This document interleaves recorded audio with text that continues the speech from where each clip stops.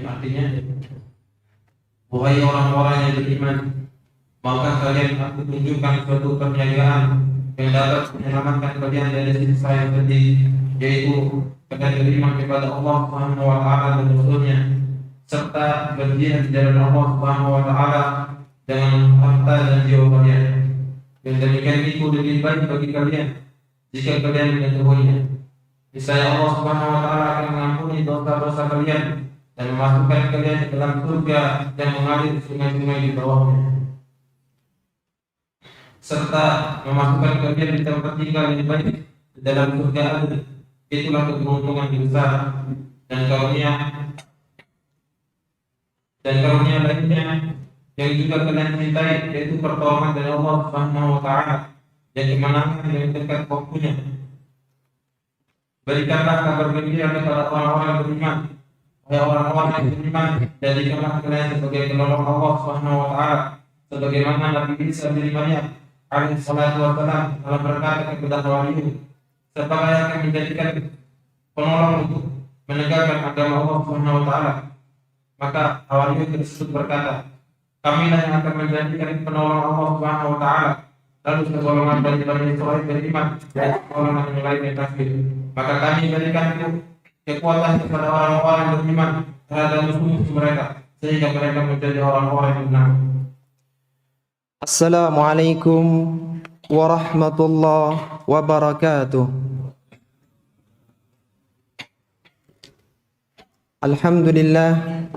Alhamdulillahilladzi arsala rasulahu bil huda wa dinil haqq liyudhhirahu 'ala ad-dini kullihi walau karihal musyrikun. Asyhadu an la ilaha illallah wahdahu la syarika lah wa asyhadu anna Muhammadan 'abduhu wa rasuluhu, amma ba'du. Ikhwati fillah rahimani wa rahimakumullah. Di hari yang keempat ini kita akan mempelajari tafsir dari surat yang keempat di juz 28, terutama di bagian terakhir, yaitu di akhir surat As-Saff pada ayat yang ke-10 sampai ayat yang ke-14. Di ayat yang mulia ini Allah Subhanahu wa taala menawarkan kepada orang-orang yang beriman sebuah perniagaan yang akan menyelamatkan mereka dari siksaan yang berat di hari kiamat. Allah Subhanahu wa taala berfirman, ya ayyuhalladzina amanu hal adullukum ala tijaratin tunjikum min adzabin alim. Wahai orang-orang yang beriman, maukah kalian aku tunjukkan dengan sebuah perniagaan yang akan menyelamatkan kalian dari adab yang pedih, yaitu siksaan neraka pada hari kiamat. Ayat yang mulia ini ditafsirkan dengan ayat yang setelahnya, itu ayat yang ke-11 dari surat As-Saff. Sebelum kita bahas tentang tafsiran dari ayat yang mulia ini, sebagaimana kita tahu bahwa ada dua model dalam penafsiran Al-Quran. Yang pertama adalah tafsir bir-ra'yi, tafsir berdasarkan logika, berdasarkan akal. Dan yang kedua adalah tafsir bil-ma'thur, tafsir berdasarkan riwayat. Tafsir bil-ma'thur ada 4 urutannya. Yang pertama adalah menafsirkan Al-Quran dengan Al-Quran yang lainnya. Dan ini adalah tafsiran yang terbaik. Kemudian yang kedua adalah Al-Quran ditafsirkan dengan sabda Rasulullah sallallahu alaihi wasallam ketika tidak ada ayat yang menerangkan tafsiran ayat tersebut. Contohnya misalnya firman Allah Subhanahu wa taala dalam surat Al-Mutaffifin, yaitu ketika Allah menyebutkan tentang ar-ran, kalla balrana ala qulubihim ma kanu yaksibun. Ar-ran ditafsirkan oleh Nabi sallallahu alaihi wasallam dengan noktah hitam yang ada pada orang yang melakukan dosa dan kemaksiatan. Kemudian yang ketiga adalah Al-Quran ditafsirkan dengan perkataan sahabat. Misalnya ketika Allah Subhanahu wa taala berfirman dalam ayat kursi, wasi'a kursiyuhus samawati wal ard. Kursi yang disebutkan dalam ayat tersebut ditafsirkan oleh Abdullah bin Abbas radhiyallahu taala anhuma maudhi'ul qadamain. Kursi yang dimaksudkan dalam ayat itu adalah tempat kedua telapak kaki Allah Subhanahu wa taala. Kemudian yang keempat adalah Al-Qur'an ditafsirkan dengan perkataan tabi'in. Untuk Al-Qur'an ditafsirkan dengan Al-Qur'an, maka ini adalah tafsiran yang paling bagus. Dan kita bisa merujuk sebuah kitab yang sangat bagus dalam masalah ini, kitab yang ditulis oleh Syekh Amin As-Sinkiti rahimahullahu taala yang berjudul Adwa'ul Bayan fi Idahil Qur'an bil Qur'an. Tafsiran Al-Qur'an dengan Al-Qur'an terbagi menjadi dua. Yang pertama adalah tafsiran ayat yang tidak bersambung dengan ayat yang ditafsirkan atau yang munfasil. Contohnya misalnya di surat Al-Fatihah ada ayat Maliki Yaumiddin. Yaumuddin itu ditafsirkan oleh Allah Subhanahu wa taala di ayat yang lain, bukan dalam urutan ayat tersebut, yaitu di akhir surat Al-Infitar pada ayat yang ke-18 ke-19 Allah Subhanahu wa taala berfirman, "Tsumma ma adraka ma yaumuddin, yauma la tamliku nafsun li nafsin syai'a wal amru yauma idzil lillah." Jadi yaumuddin yang dimaksudkan dalam Al-Fatihah adalah pada hari yang mana satu jiwa tidak bisa menolong jiwa yang lainnya dan semua urusan ada dalam kekuasaan Allah Subhanahu wa taala. Ini tafsiran ayat dengan ayat yang terpisah. Kemudian yang kedua adalah ayat ditafsirkan dengan ayat yang muttasil, yang bersambung. Dan ini banyak sekali. Contohnya misalnya dalam surat Al-Mutaffifin ketika Allah Subhanahu wa taala menyebutkan wailul lil mutaffifin. Celakalah bagi orang-orang yang melakukan kecurangan. Siapa orang yang melakukan kecurangan? Ditafsirkan oleh Allah Subhanahu wa taala pada dua ayat setelahnya, bersambung. Yaitu alladzina idza iktalu 'alan nasi yastawfun wa idza kaluhum aw wazanuhum yukhsirun. Itu orang yang ketika dia meminta timbangan, meminta takaran, mereka minta dipenuhi, tapi giliran mereka menimbang untuk orang lain, maka timbangannya dikurangi. Contoh yang lainnya di surat At-Tariq, Allah Subhanahu wa taala berfirman, "Was-sama'i wat-tariq wa ma adraka mat-tariq." Allah bersumpah dengan langit dan At-Tariq. Apa itu At-Tariq? Ditafsirkan dengan ayat setelahnya, An-najmus tsaqib, yaitu bintang yang cahayanya menembus ke langit sampai pengaruhnya ke bumi. Adapun contoh lainnya, ayat yang ditafsirkan dengan ayat Al-Qur'an dan dia bersambung adalah dalam surat As-Saff pada ayat yang ke-10 dan ayat yang ke-11 ini. Yang dimaksudkan dengan perdagangan yang akan menyelamatkan seorang dari adab yang pedih adalah tu'minuna billahi wa rasulihi wa tujahiduna fi sabilillahi bi amwanikum wa anfusikum. Perdagangan yang dimaksudkan di sini adalah seorang beriman kepada Allah Subhanahu wa taala dan Rasulnya. Kemudian dia berjihad di jalan Allah Subhanahu wa taala bi amwalikum wa anfusikum, dengan harta dan jiwa-jiwa kalian.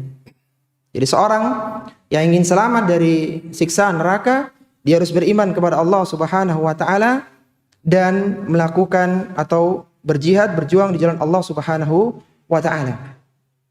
Sebagaimana setiap perniagaan itu butuh modal, namanya orang jual beli butuh modal, maka modal dalam perniagaan ini ada dua. Yang pertama adalah iman dan yang kedua adalah berjihad di jalan Allah Subhanahu wa taala. Iman kepada Allah dan Rasulnya, kemudian berjihad di jalan Allah Subhanahu wa taala dengan perkataan, dengan perbuatan, dengan harta, bahkan dengan jiwa.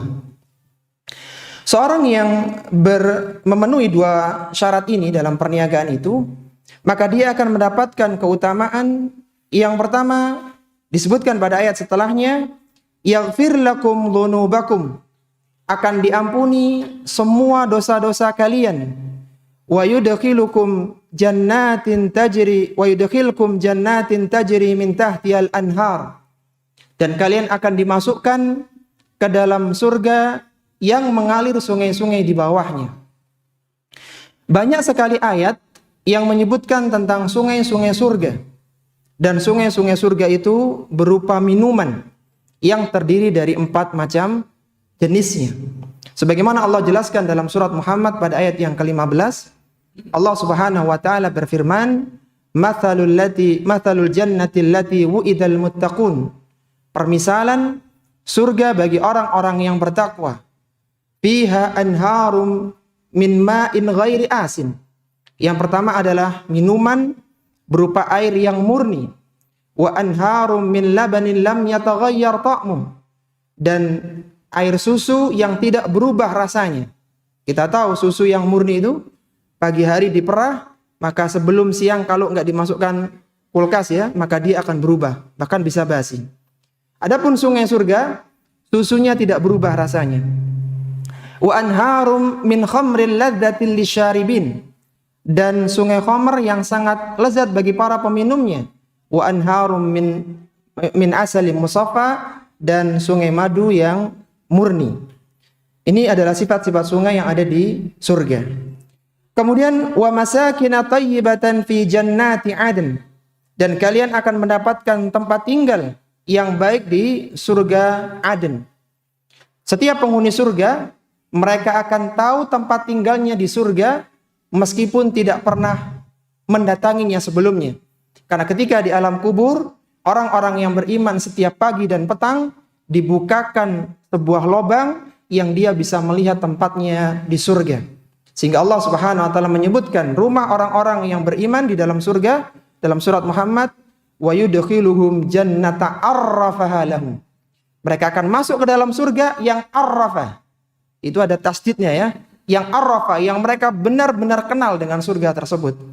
Karena sudah ditunjukkan setiap pagi dan petang ketika mereka berada di alam kubur mereka. Dzalikal fawzul azim, yang demikian itu adalah sebuah kemenangan yang besar. Yang disebutkan dalam ayat yang ke-12 ini adalah balasan yang ada di akhirat kelak. Itu seorang mendapatkan ampunan, dia akan mendapatkan surga, mendapatkan tempat tinggal, dan itu adalah kemenangan yang besar. Adapun buah dari iman dan berjihad ketika di dunia disebutkan oleh Allah Subhanahu wa taala pada ayat yang setelahnya. Wa ukhra tuhibbunaha nasrum minallahi wa fathun qarib. Dan yang lainnya, karunia yang lain dari iman dan jihad itu yang juga kalian senangi, bahwa kalian akan mendapatkan nasrun minallah, akan mendapatkan pertolongan dari Allah, wa fathun qarib, dan kemenangan yang dekat waktunya. Para ulama-ulama tafsir ada dua pendapat tentang fathun qarib dalam ayat ini. Pendapat yang pertama adalah pendapatnya Abdullah bin Abbas yang menafsirkan fathun qarib dalam ayat ini adalah Fathu Makkah. Bulan apa kemarin? Tahun berapa terjadinya Fathu Makkah?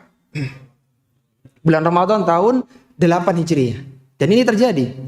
Ini pendapat yang pertama. Fathun qarib yang dimaksudkan adalah Fathu Makkah yang terjadi pada bulan Ramadan tahun 8 Hijriah.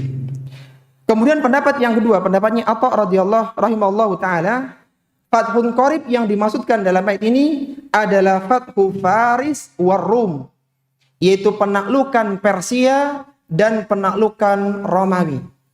Dan ini semuanya terjadi pada masa pemerintahan Umar bin Khattab radhiyallahu taala anhu. Umar bin Khattab itu memerintah selama 10 tahun, dan pada masa Umar Islam mulai tersebar. Kemudian puncaknya terjadi pada masa Utsman radhiyallahu taala anhu. Persia takluk di tangan kaum muslimin melalui perang Qadisiyah yang dipimpin oleh Sa'ad bin Abi Waqqas radhiyallahu taala anhu. Yang mana waktu itu kaum muslimin diberikan karamah, diberikan kelebihan oleh Allah Subhanahu wa taala, bisa berjalan di atas lautan untuk bisa mendatangi kerajaannya Persia, yaitu kerajaannya Kisra. Kemudian Romawi juga runtuh di tangan kaum muslimin melalui perang Yarmuk pada masa Umar radhiyallahu ta'ala anhu sekitar tahun 13 Hijriah. Wa basyiril mu'minin, dan berikanlah kabar gembira kepada orang-orang yang beriman apabila mereka itu mau melakukan apa yang disampaikan dalam ayat ini dengan beriman dan melakukan jihad, maka mereka akan mendapatkan kemenangan dan juga mendapatkan surga di akhirat. Ayat yang mulia ini, ikhwati fillah rahimani wa rahimakumullah, menjelaskan tentang keutamaan jihad. Keutamaan berperang di jalan Allah Subhanahu wa taala. Beriman kepada Allah dan Rasul-Nya merupakan sebab seorang masuk ke dalam surga. Adapun jihad akan meninggikan derajat seorang di surga. Jadi jihad bukan syarat untuk masuk surga, tapi jihad akan meninggikan derajat orang di surga. Sebagaimana disebutkan oleh Nabi SAW ketika menyampaikan hadis yang menjadikan Abu Sa'id Al-Khudri radhiyallahu ta'ala takjub dengan hadis tersebut. Suatu ketika Rasulullah SAW menyatakan kepada Abu Sa'id Al-Khudri radhiyallahu ta'ala anhu, "Ya Aba Sa'id, man radiya billahi rabban wa bil islami dinan wa bi Muhammadin nabiyyan wajabat lahul jannah." Kata Rasulullah SAW, "Wahai Abu Sa'id Al-Khudri, barang siapa yang dia ridha Allah sebagai Rabb-Nya, dia ridha Islam sebagai agamanya, dan dia ridha Muhammad sallallahu alaihi wasallam sebagai nabinya, wajabat lahu jannah." Maka orang ini wajib untuk masuk ke dalam surga. Apa respon Abu Sa'id Al-Khudri radhiyallahu taala anhu? Fa'ajibalaha Abu Sa'id faqala a'idha alayya ya Rasulullah. Maka takjublah Abu Sa'id Al-Khudri betapa mudahnya seorang masuk ke dalam surga. Maka dia mengatakan, "A'idha ya Rasulullah." Ulangi lagi sabda ini wahai Rasulullah. Maka Rasulullah pun kembali mengulanginya. "Ya Aba Sa'id, man radiya billahi rabban wa bil islami dinan wa bi Muhammadin nabiyyan wajabat lahul jannah." Wahai Abu Sa'id, seorang yang ridho Allah sebagai Rabb-Nya, Islam sebagai agamanya, dan aku Muhammad SAW sebagai nabinya, maka dia wajib masuk ke dalam surga. Maka kemudian Rasulullah menambahkan sabdanya, wa ukhra yurfa'u bihal abdu mi'ata darajatin fil jannah ma baina kulli darajataini kama baina as-sama'i wal ardi. Ada satu amalan yang bisa mengangkat derajat seseorang di surga mencapai derajat yang sangat tinggi. Yang jarak antara dua derajat di surga itu seperti jarak antara langit dan bumi. Qala, maka Abu Sa'id bertanya, "Wa ma hiya ya Rasulullah?"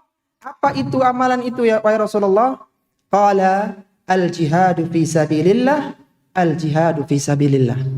Amalan yang akan mengangkat derajat seorang adalah jihad di jalan Allah Subhanahu wa taala. Dari sini kita bisa mengambil satu faidah bahwasanya iman adalah syarat seorang untuk masuk ke dalam surga. Adapun jihad akan meninggikan derajat di surga Allah Subhanahu wa taala. Ini enggak ada hadiahnya ya? Enggak ada. Oh, Masya Allah.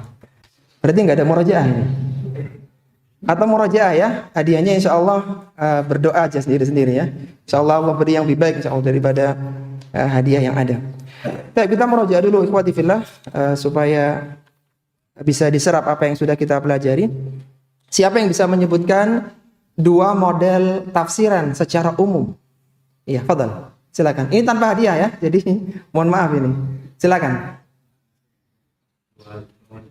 Model tafsiran. Nah. Itu yang Quran dengan Al-Quran ya. Secara umum dulu. Al-Quran dengan tafsiran. Iya, yang itu, yang tafsir bil ra'yi sama satunya. Iya, bil ma'thur. Nah, barakallahu fikum, luar biasa. Tafsir bil ma'thur. Siapa yang bisa menyebutkan urutannya? Silakan, Pak. Masya Allah. Itu dibagi dua menjadi dengan ayat yang berulang. Iya, nah, Masya Allah. Terpisah. Iya. Ayat Al-Quran ditafsirkan dengan hadis. Hadis Nabi SAW. Dan yang ketiga ditafsirkan dengan ucapan Sahabat. Dan yang keempat ditafsirkan dengan ucapan Tabi'in. Nah, berhenti di perkataan tabi'in. Masya Allah, mumtaz. Barakallahu fikum. Baik, siapa yang bisa menyebutkan dua tafsiran tentang Fathun Qarib dalam surat As-Saff di ayat yang ke-13 ya. Wa ukhra tuhibbunaha nasrun minallahi wa fathun qarib. Kemenangan yang dekat itu. Ada dua tafsirannya tadi. Silakan Pak, yang belakang Pak. Abdullah bin Abbas, na'am. Fathu Makkah tahun 8 Hijriah. Yang kedua Persia dan Romawi. Yang pendapatnya Atok ya. Dan takluknya Persia, Romawi itu disebutkan oleh Allah dalam surat Ar-Rum ya. Ghulibatir Rum. Bahwa Romawi akan ditaklukkan oleh kaum muslimin. Baik, kita masuk pada ayat yang berikutnya, ayat yang terakhir di surat As-Saff. Allah Subhanahu wa taala berfirman, "Ya ayyuhalladzina amanu kunu ansarallah." Setelah menyebutkan tentang keutamaan jihad, keutamaan berperang di jalan Allah Subhanahu wa taala, maka Allah kembali memanggil kita orang-orang yang beriman, wahai orang-orang yang beriman, jadilah kalian sebagai penolong agama Allah Subhanahu wa taala. Itu menolong agama Allah Subhanahu wa taala dengan berbagai cara yang kita bisa, dengan ucapan, dengan perbuatan, dengan harta maupun dengan jiwa. Yang perlu kita ingat ikhwati fillah rahimani wa rahimakumullah, setelah Allah Subhanahu wa taala menyebutkan ayat-ayat yang banyak di surat Muhammad. Surat Muhammad salah satu surat yang ada di juz 26. Sebagian ulama menyebut surat Muhammad dengan suratul Qital, surat tentang peperangan. Di akhir ayat itu Allah Subhanahu wa taala berfirman, memanggil kita orang-orang yang beriman, ha antum haula'i yud'auna litunfiku fi sabilillah. Wahai orang-orang yang beriman, kalianlah yang dipanggil, yang diseru, yang diajak untuk menginfakkan harta-harta kalian di jalan Allah Subhanahu wa taala. Jadi ingat, kita punya kewajiban untuk berinfak, menyumbang untuk kemajuan, untuk menolong agama Allah Subhanahu wa taala ini. Bagaimana bentuk pertolongan kepada agama Allah Subhanahu wa taala? Kama qala Isa bin Maryam lil hawariyin. Sebagaimana perkataan Isa bin Maryam kepada Hawariyun. Hawariyun adalah 12 orang sahabat Nabi Isa yang pertama kali mengimani Nabi Isa. Ada 12 orang laki-laki. Dan setiap nabi itu memiliki hawari. Dan hawarinya Rasulullah sallallahu alaihi wasallam adalah siapa? Zubair bin Awam radhiyallahu taala anhu. Sebagaimana disebutkan oleh Nabi sallallahu alaihi wasallam dalam hadis Tirmidzi, Rasulullah sallallahu alaihi wasallam bersabda, "Likulli nabiyyin inna likulli nabiyyin hawariyan wa inna hawariya Az-Zubair ibnu Awam." Setiap nabi itu memiliki hawari, memiliki sahabat-sahabat setia, dan hawariku adalah Zubair bin Awam radhiyallahu taala anhu. Zubair bin Awam adalah salah satu sahabat yang dijamin surga, 10 orang yang dijamin masuk surga, dan Zubair bin Awam ini wafat tahun 36 Hijriah di akhir perang Jamal ya, di akhir perang Jamal, perang antara Ali bin Abi Thalib dengan Aisyah radhiyallahu taala anha. Zubair keluar dari medan peperangan. Kemudian beliau singgah di lembah As-Siba. Kemudian di tempat itu dia dibunuh oleh Amru bin Jarmus. Dia wafat di usia 64 tahun pada tahun 36 Hijriah. Ini Zubair bin Awam. Bagaimana perkataan Nabi Isa alaihi salatu wassalam kepada Hawariyun, kepada sahabat-sahabat setianya? Nabi Isa mengatakan, kama qala Isa bin Maryam lil hawariyina man ansari ilallah. Siapa di antara kalian yang akan menolong agama Allah? Ucapan Nabi Isa ini ikhwati fillah adalah ucapan terakhir sebelum Nabi Isa diangkat oleh Allah Subhanahu wa taala ke langit.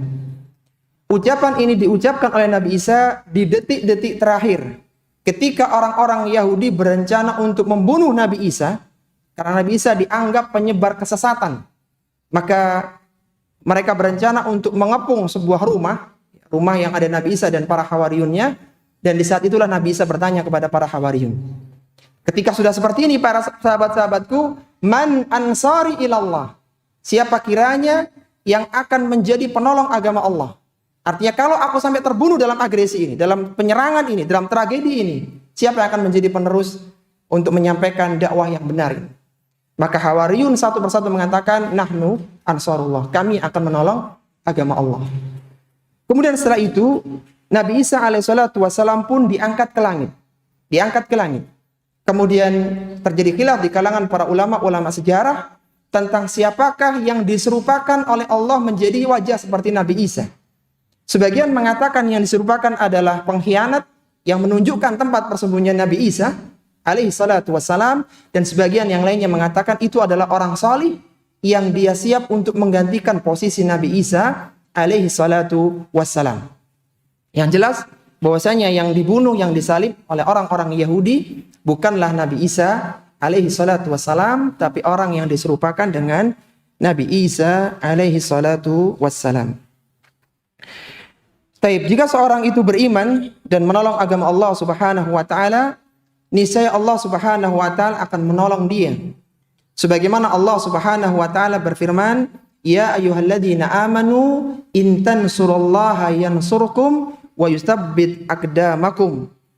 Wahai orang-orang yang beriman, jika kalian menolong agama Allah Subhanahu wa taala, niscaya Allah akan menolong kalian dan akan meneguhkan kalian di dalam menghadapi musuh-musuh kalian. Syekh Abdurrahman bin Nasir As-Sa'di rahimahullahu taala ketika menafsirkan ayat ini, ayat terakhir di surat As-Saff, di ayat yang ke-13 ini, 14 ini ya. Maka Syekh Abdurrahman bin Nasir As-Sa'di mengucapkan sebuah perkataan yang sangat indah, yang semoga ini memantik semangat kita untuk bersabar mengikuti kajian tafsir Al-Quran. Kata Syekh As-Sa'di rahimahullahu ta'ala, wa min nasri dinillahi, dan di antara bentuk menolong agama Allah Subhanahu wa ta'ala, ta'allumu kitabillahi wa sunnati rasulih, adalah mempelajari kitabullah dan mempelajari sunnah-sunnah Rasulullah sallallahu alaihi wasallam. Semoga kita termasuk orang-orang yang ditulis oleh Allah sebagai penolong agama Allah. Wal hathu ala dzalik, dan memotivasi manusia untuk mempelajari kitabullah, mempelajari Al-Quran, mempelajari tafsirannya, serta mempelajari sunnah-sunnah Rasulullah sallallahu alaihi wasallam. Wal amru bil ma'rufi wan nahyu anil munkar, dan mengajak kepada kebaikan serta mencegah kepada kemungkaran. Setelah diangkatnya Nabi Isa alaihissalatu wassalam ke langit, maka Bani Israel itu terbagi menjadi dua kelompok besar. Orang-orang yang masih mengikuti agamanya Nabi Isa melalui pengajarannya Hawariyun, 12 orang itu, maka inilah yang murni sesuai dengan ajaran Nabi Isa alaihissalatu wassalam, dan kelompok yang mengikuti Injil yang sudah dirubah. Kata Al-Hafidz Ibnu Katsir rahimahullahu ta'ala, bahwasanya ajaran Bani Israel yang asli itu, yang pokok itu adalah kitab Taurat. Sedangkan Injil hanyalah penyempurna dari kitab Taurat. Injil berisi nasihat, bimbingan untuk menyempurnakan Taurat. Dan hampir-hampir tidak banyak dibahas dalam Injil itu perkara yang halal dan perkara yang haram. Sehingga kalau Bani Israel ingin menyempurnakan agamanya, dia harus berpegang dengan Taurat, kemudian disempurnakan dengan Injil yang dibawa oleh Nabi Isa alaihi salatu wassalam. Jadi terpecahlah menjadi dua kelompok, disebutkan oleh Allah Subhanahu wa taala, fa amana ta'ifatum min bani Israila wa kafarat ta'ifah. Tetap berimanlah Bani Israel karena mengikuti Hawariyun, dan kufurlah sebagian Bani Israel yang lainnya. Kemudian Allah Subhanahu wa taala menyebutkan di akhir ayat ini, fa ayyadna alladziina aamanu ala aduwwihim fa asbahu zahirin.